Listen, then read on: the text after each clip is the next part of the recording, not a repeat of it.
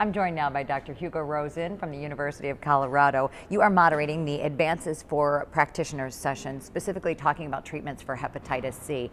Rapidly changing. However, what treatments will you be highlighting?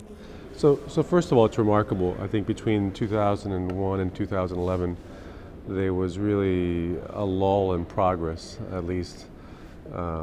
If we looked at the new therapies, there was really nothing. And in 2011, we had the first generation protease inhibitors, which was, stepwise improvement. And since then, we've had dramatic improvement in therapy with expected response rates, or so-called SVR, of over 90%. And so we have three experts. We have Raj Reddy from Penn, Greg Everson from Colorado, and then finally we have Jim Trotter from Baylor Dallas. And they're going to discuss, first of all, how to use sofosbuvir. Sofosbuvir seems to be a really great drug, initially approved with in combination with ribavirin, but now we're looking at using it with other medications. So they're going to talk about new and evolving therapies. It seems like every quarter, every 3 or 4 months, there's a new combination of drugs that's being approved. And it's really exciting for all of us who've been taking care of patients, particularly those with advanced fibrosis and cirrhosis,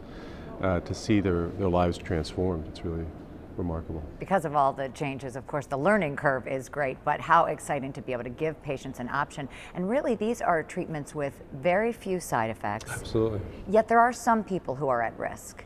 Well, very few side effects. I think we're waiting for the perfect drug, and I think in many ways we're waiting for a drug called Perfectavir, which is you take one pill for a certain period of time, and you have a 100% cure rate with no drug-drug interactions or side effects. What we are finding out is that in some individuals, 8 weeks rather than 12 weeks may be enough, depending on the genotype, depending on the stage of fibrosis. Clearly, the people who have advanced fibrosis are the ones that we are prioritizing in our practice.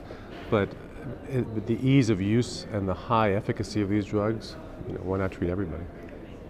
So last year, the big headline was the new drugs and their effectiveness. What would you say this year is the headline of what the message for people? Well, I think we have an additional year of experience with these drugs. We're treating special populations. I think what's really exciting and provocative is the use of these drugs in patients who are waiting for liver transplant, for example, with advanced liver disease. How about patients who have undergone liver transplant and now have recurrent hepatitis C? We know that in those patients, if recurrent hepatitis C was progressive, they had a very poor prognosis. And so now we have drugs without drug-drug interactions with a very high efficacy rate that again have been transformative to the practice of transplant. I think the other thing that last year I was struck with was how many presentations there were about patients who had an SVR, cirrhotic patients, and then still went on to develop cancer.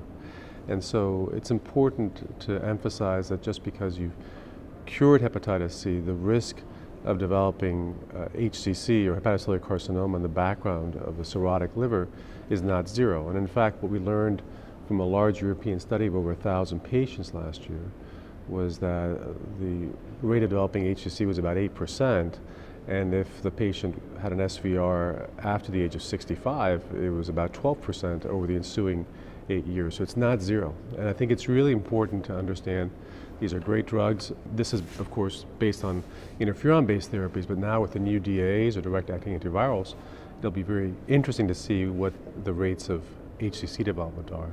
Clearly more research is needed, but what an exciting time. Fantastic time. Dr. Rosen, thank you so much. Thank you.